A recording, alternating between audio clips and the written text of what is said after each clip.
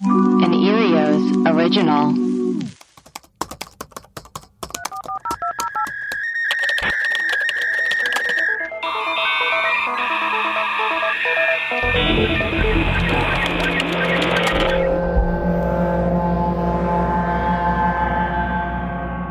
Hello, and welcome to our mailbag episodes where we play your voicemails and read your reviews. I'm Allie Siegel. I'm Melissa Stettin. I think we had one review. Yes. Ew. This is from Tara Meyer.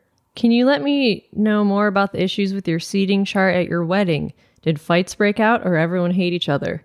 No, they're referring to the Zola ad that we do. Oh. That's about, because it helps you plan your wedding. And one of the things I said was I wish I had someone to help me with the seating chart. No fights broke out. It's just, doing a seating chart is so hard because you don't know where to seat people. And then some people RSVP'd like the week before the wedding. Oh my God. Which we had already done all of the seating charts. And they're like, oh, can we bring a +1? I'm like, are you kidding me? That's so rude. Are you kidding me? Like, we had to do rearrange all the seating charts. So rude. That's so rude. If we're going to a wedding, RSVP as soon as possible. Yeah. Fun fact, Melissa and I weren't really friends yet, so I wasn't at her wedding. That's crazy to me. I know, isn't that funny? 2018. Yeah. That was like 5 years ago. And crazy. I didn't really... We were just on the cusp of a burgeoning friendship. That's crazy. I can't even imagine she got married without You'd be in me. my bridal party. Yeah, it's I crazy. would say. Yeah, my God. My God. Jesus. Yeah. Well, horrible. You should just redo it. I know. It was a fun wedding. It looked fun.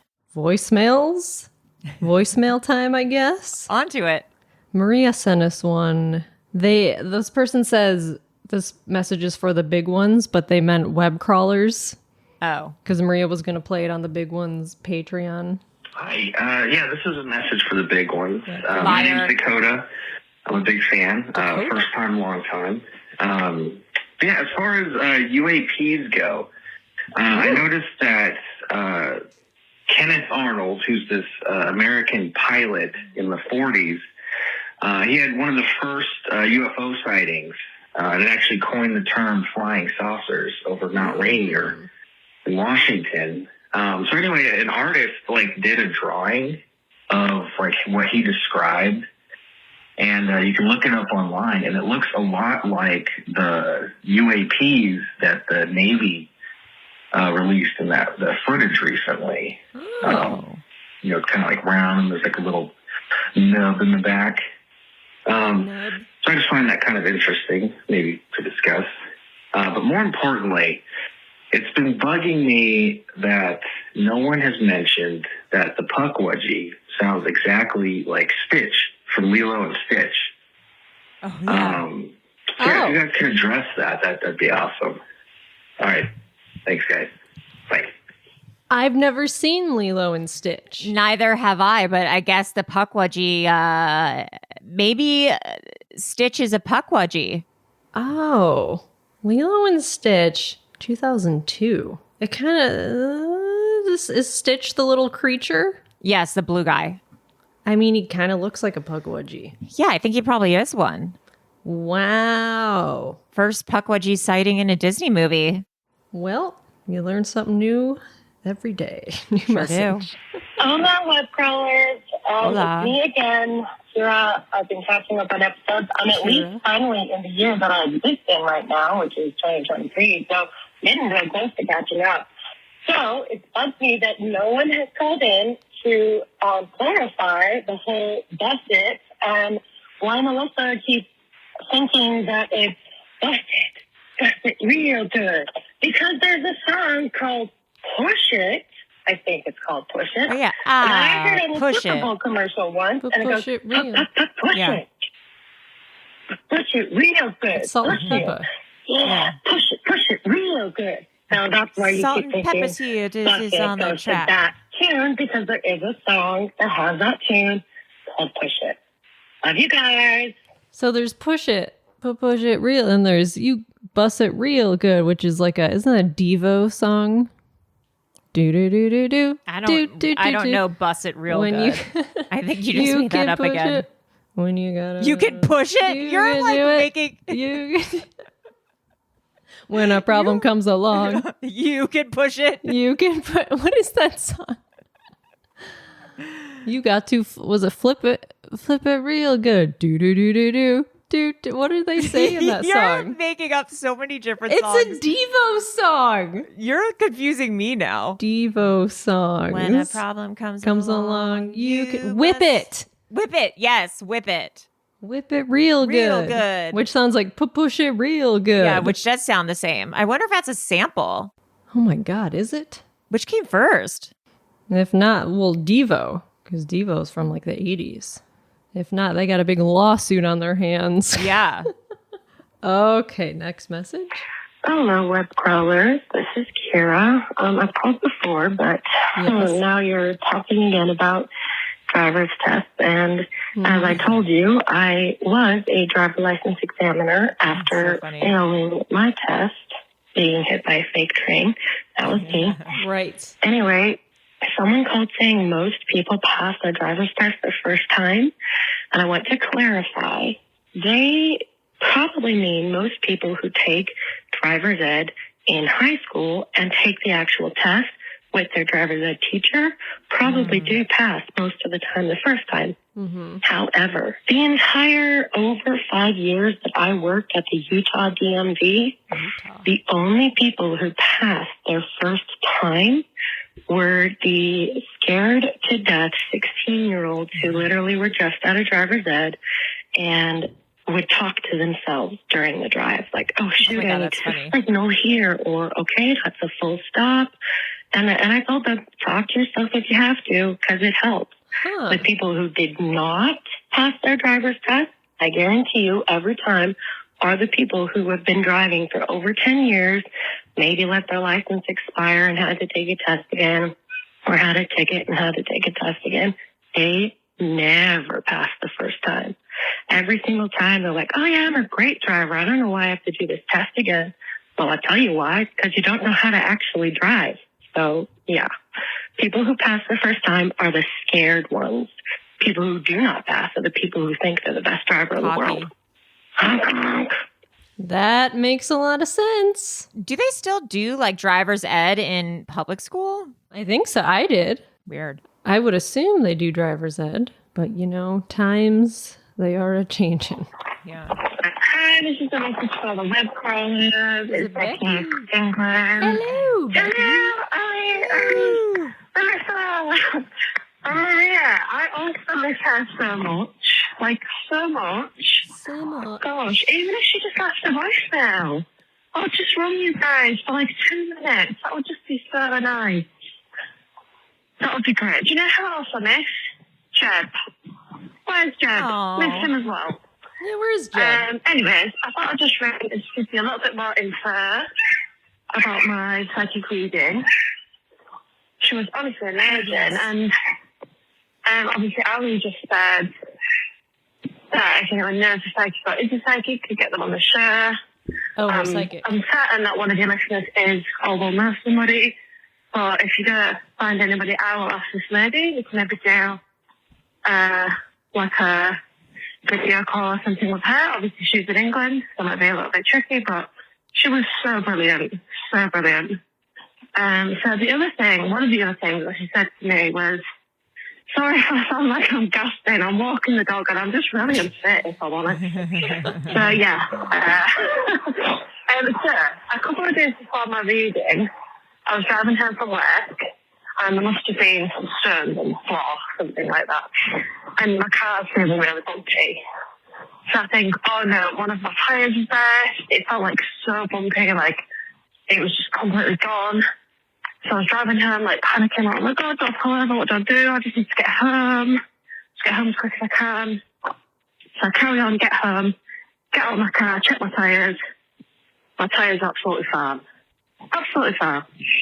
And then I'm just like really paranoid about it. And then I go to my mum's the next day, park up in front of her house, hit my tyre on one of the curbs.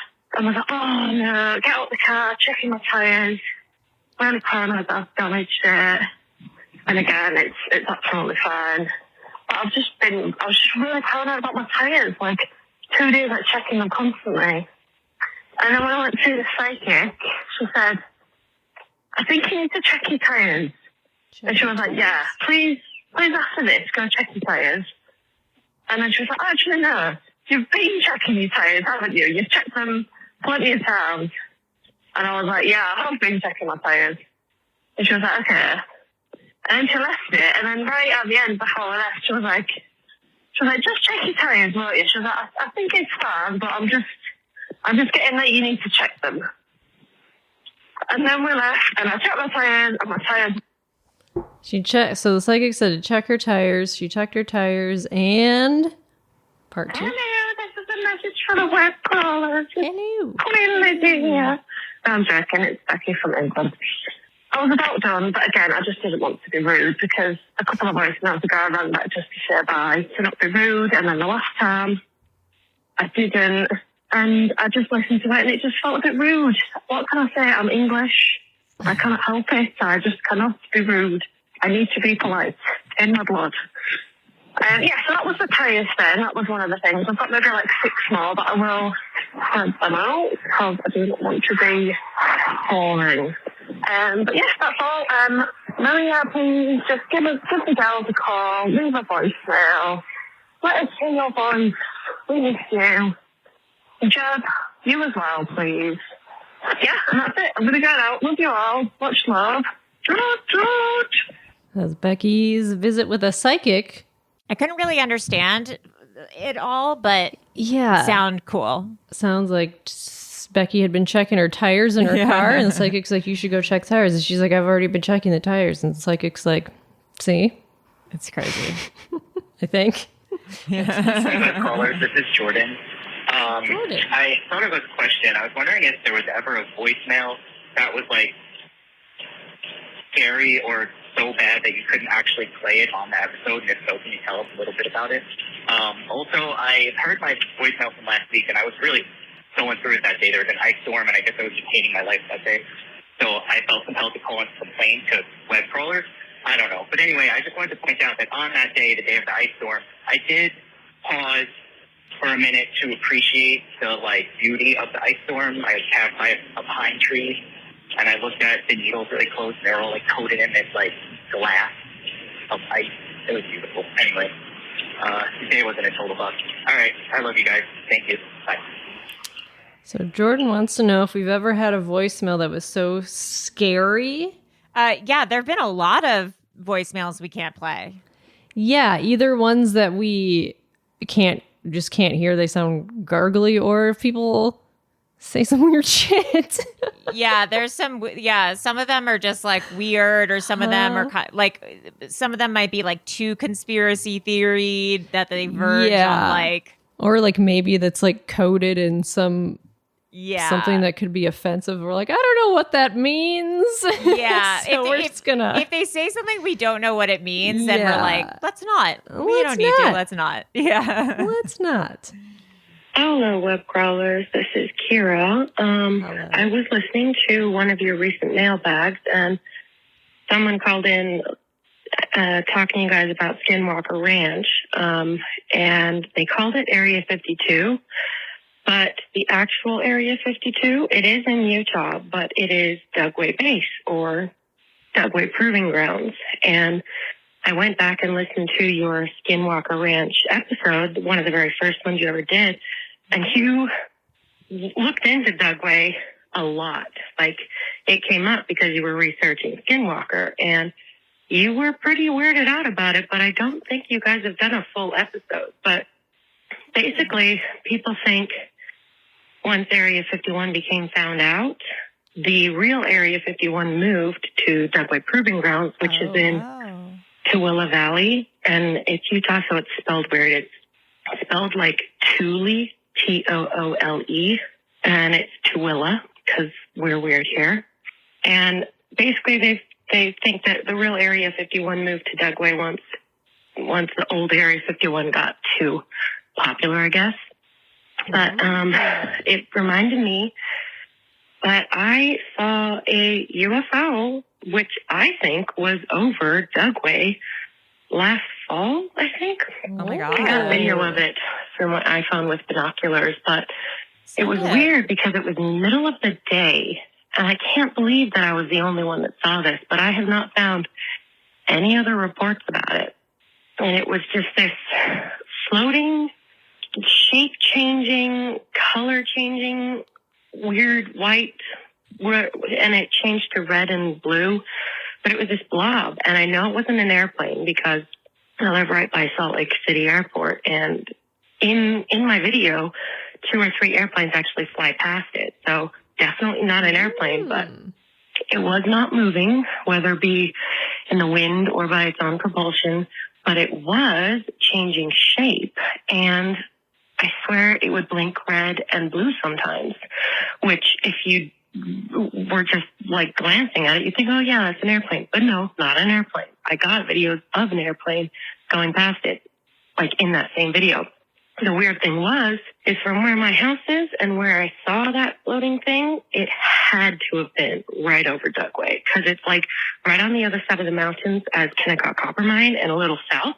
But yeah, I think you guys should really do an episode about Dugway Base and Area 52. Anyway, love you. Whoa. Oh, yeah, we'll put that Dugway on the list Base. for sure. That's crazy. I've never even Yeah, heard of it. I think we talked about it a little in Skinwalker, but I don't think we Yeah, well, I guess I have heard of really it, but yeah. talked about it. Next message. Hey, ladies. This message is for the web crawlers. I'm Margaret. I am a very shy bimbo who's listened for a long time. Hi, Always Katie. wanted to call in. Never had anything fun to say.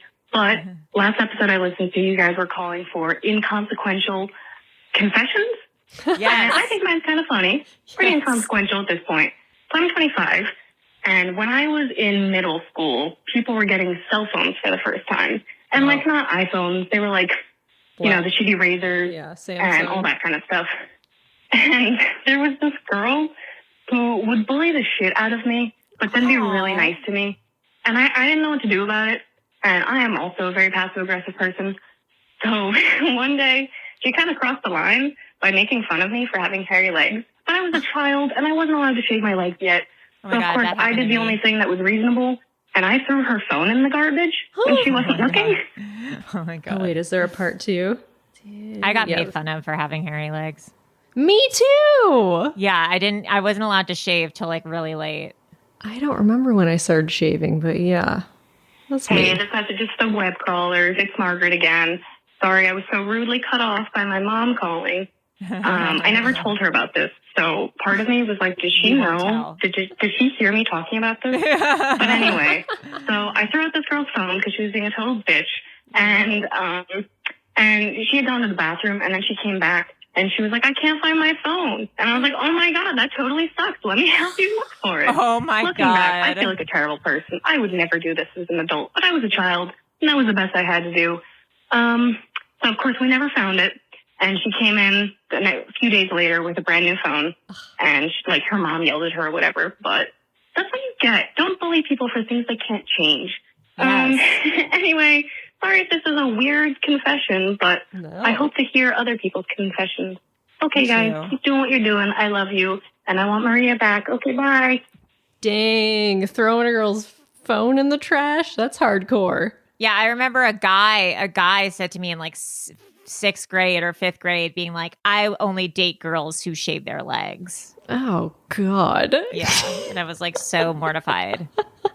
Stupid. Good for you for throwing that girl's phone in the trash. Okay, this message is for the web crawlers. So this is Caitlin. I'm the original, like the original car curse person who and apparently just like fucked everybody over. And I was gonna call in like a week or 2 ago because I had gotten my car fixed finally, and I was so glad that like I had gotten it fixed. Oh, no. It like had a bunch of holes in the exhaust system. So that was why it was going to be so much money. But I was able to get them to like patch welds and stuff. And I only had to shell out like $850 instead. So I was going to be like, come on, like, just like we can pretend that the curse is over or something. But now all I'm hearing is how listening to my voicemail has like fucked everybody over. So I'm girl, you so pass it sorry on. for that. But I was going to call, and then a day later, I was sitting in my car in a park spot. My car was totally off. I'm just sitting there. I was waiting for my mom to come back, and she was picking up a pizza, right? So I'm just sitting in my car waiting for my mom to come back, and a big, huge truck pulls into the parking space next to me and scratches the entire back half of my car. Oh my God. Here I am being like, I've like fixed my car. I'm out of this curse, whatever. But no, I have now a giant scratch down the whole back of half of my car. And it's done this whole thing with my insurance and everything. Cause so since the guy, like I was in my car and I got to like talk to him and get his insurance information, I was furious. And so I was like screaming at this guy and like just going off on him. And he didn't speak any English. And so I'm just screaming at him like, what the fuck? You just messed up my car and he can't understand me. And I was like so upset. But so it's been this whole thing. And luckily it's not going to like affect my insurance or anything. But I mean, I guess I really did just like mess it all up. Allie, I am so sorry for your parking ticket on your birthday or your speeding ticket on your birthday and all of your car issues. And I really wish there was something I could do to make it so nobody else has any car issues. But I mean, I'm so sorry. Wow. I cannot, girl, you really are cursed. That sucks. I'm That so sorry. sucks. God, that's crazy. Didn't your boyfriend's car? My boyfriend's battery died. This is insane. Yeah, it's really, it's like the It Follows. Man. Okay, next message. I have a message just for the web crawlers. Hey guys, this is Cassidy from the Frances Perkins episode. Cassidy! I am just calling because I just saw a crazy coincidence that I felt obligated to call as soon as I found out. Okay. My old street in Hell's Kitchen, which was 46 and 9, which we talked about in the episode with Empanada Mama, which is not on that street, it doesn't matter. I just found out because I'm going to brunch in my neighborhood today, which, whatever. They have renamed my old street Frances Perkins Place. And it's not about this at all. It was not about the podcast, but what? What? That's crazy. I guess because she lived in Hartley House on that street. Oh my God. Like, what a weird coincidence. She sent us a picture on Instagram of the street name. Good to talk to you guys. I'll see you around. Bye. Oh my God, that's so weird. Insane. That is so weird. Naming a street Frances Perkins. That's just after you've done the episode. Yeah. Strange as hell. Oh my God. What an interesting turn of events that she becomes interested in Frances Perkins and then their street is named after her. Yeah, she sent us a picture on Instagram and was like, I have a story about this. I was like, ooh, can't wait. Oh my God, that's crazy. Fucking crazy. Yeah, that's weird. Okay, last voicemail of the day. Hello, this is just for the web crawlers. I'm calling because I just heard an episode about Colombian hot dogs. I was calling to confirm that those are the best hot dogs out there. Oh, Colombian hot dogs. Like the bacon, the pork. You just have so many toppings. It's a whole meal. Love the show. Bye-bye. Colombian hot dogs. I forgot what a Colombian hot dog was. It said bacon and pork and... Yeah, which one's a Colombian hot dog? Yeah, I remember somebody calling in about Perro Caliente Colombiano. Oh my God, we're definitely on the same website right now. My Colombian Recipes. Yes.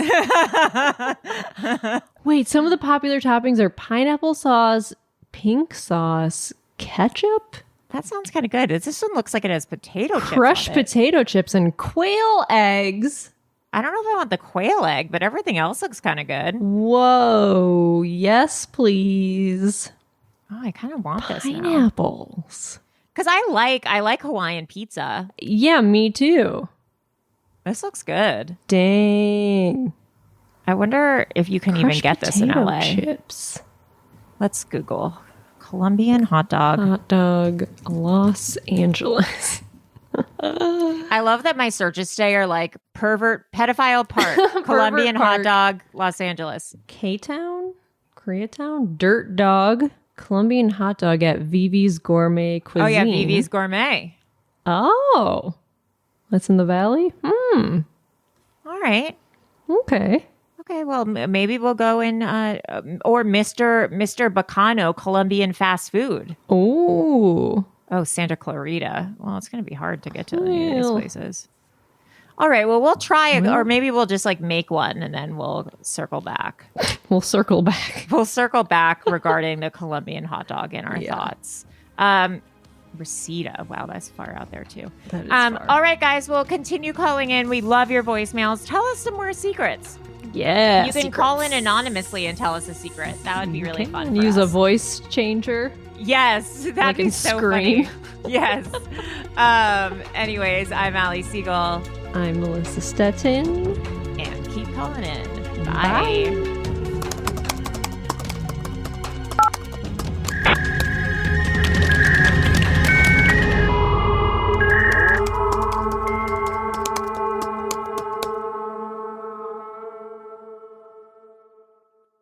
An Erios original. Powered by Acast.